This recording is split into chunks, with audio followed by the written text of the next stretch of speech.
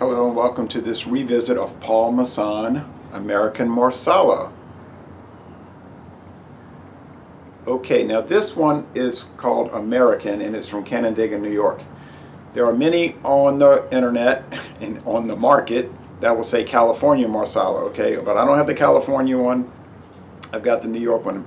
I'm east of the Mississippi River. That might, if you're, make the difference. If you're west of the Mississippi River, you might be getting the one from California. The California operations. There is a date, but it's wiped off here. The paint came off. Okay. Paul Masson, who died in 1940, was a French immigrant to the United States. He started a big wine company in California. He died in 1940. Later, it was sold off by the family, and now it's currently, it went through a number of ownership changes. It's now owned by Constellation Brands in Canandaigua, New York. Renowned for its deep golden color, mellow taste, and sweet nutty flavor, serve as an aperitif or as an after-dinner wine. Not drinking it after dinner, I'm just trying it here in the morning. Marsala is a key ingredient in chicken marsala, okay, as well as many other gourmet dishes. Served chilled or at room temperature. So I'm having it like in between that, all right? Chilly, damp day. Didn't have this in the fridge, but it's a little chilly in the house. All right. So last time I tried this was 2016. So, all right, oak mellowed. You may have tried the Paul Masson table wines. You may have tried some of their dessert wines, and you may have tried their popular Paul Masson brandy, which are oak mellowed at Barton Distillery in Bardstown, Kentucky, in used bourbon barrels. May not be used barrels, just charred oak barrels. They told me that in the barrel house at the facility. They said about half of what they're aging is Paul Masson brandy. All right, now on the website, the Brands, Constellation Brands website, they're saying it's 17.5% alcohol. Then they show a picture of a bottle that says 18. This bottle clearly says 17.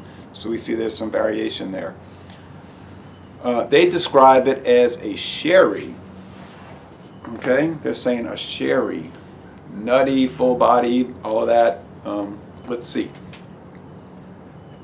This was $5.50 a bottle, I think, $5.49 at door next. The price will vary quite a bit around here, up to $7, $8, down to like $5.50. That's an interesting appearance. Doesn't look like the other ones from Canandaigua. This is an, what color is that? Burnt sienna, like a brown orange, copper orange. I don't know how to describe that color, but I think you can see it's distinctive. Very prominent alcohol legs, which is making us see that very clearly it is fortified with almost certainly Paul Masson VS brandy, just like we did the Richard's Wild Irish Rose, also 17%. The Moscato, probably almost certainly fortified with Paul Masson brandy, one of the old school American brandies. All right. I think the Paul Masson brandy has been on the market for 79 years. Okay. And their wines back to the 19th century. It's a strong nose. There is nut oil more than nuttiness, like a pecan oil or a walnut oil. I've said that before. Not almonds. There is no nuts used in this product. It is all grapes with the brandy, and they may add sugar. I don't know.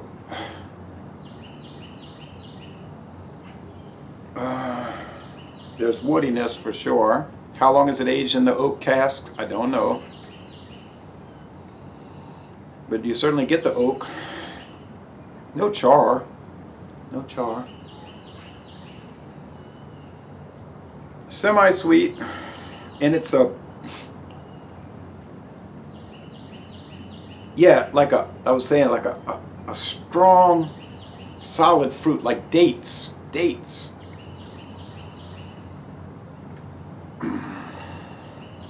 I don't know how you would feel about a 17% wine, and some of them are 18%. Like I said at the beginning of this video, you may get some, this same label, but it'll say California, and then on the flip side, some will say American, meaning New York. If you go to Dorgnax, which is very close to the Mississippi River, there'll be both from Paul Masson, California, and the New York.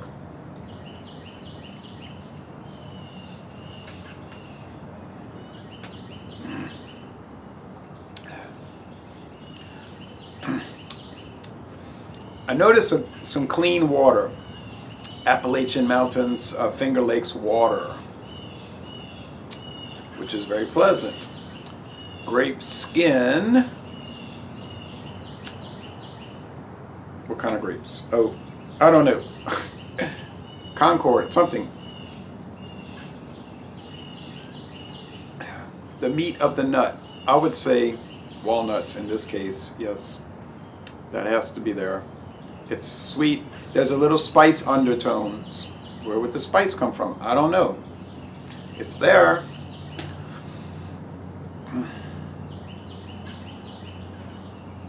Faint oak, not too much oak. Body is high medium. I don't think it's heavy. They're saying full bodied. I don't say full bodied. I don't think it's in quite to the full body level, but it's close. It's close. The finish is mostly dry. So this wine to me seems like it's about 60% dry and about 40% sweet. So it's more on the dry side as I'm seeing it. I think it would go very well with cooking, chicken marsala for instance. For $5.50 a bottle, well, you couldn't go wrong with it. Probably you'll pay about $7.99, however, for it.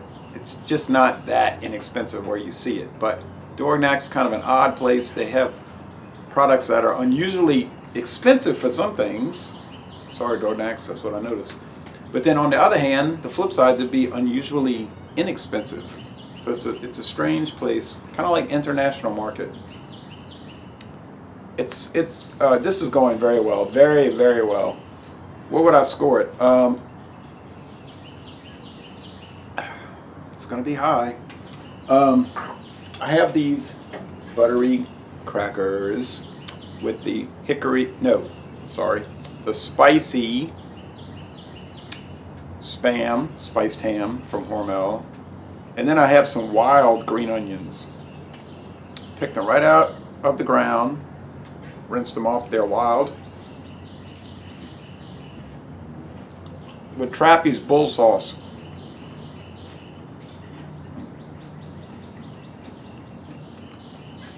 And then one of these has the Yamasa soy sauce that Ken sent me from Japan. Thank you, Ken. See? So.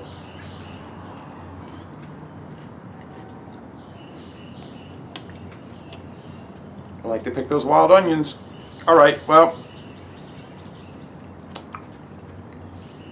I'm not going to say it really adds to the wine. It doesn't detract from it by any means. That's for sure. But nice little snack. Alright. Next last sip.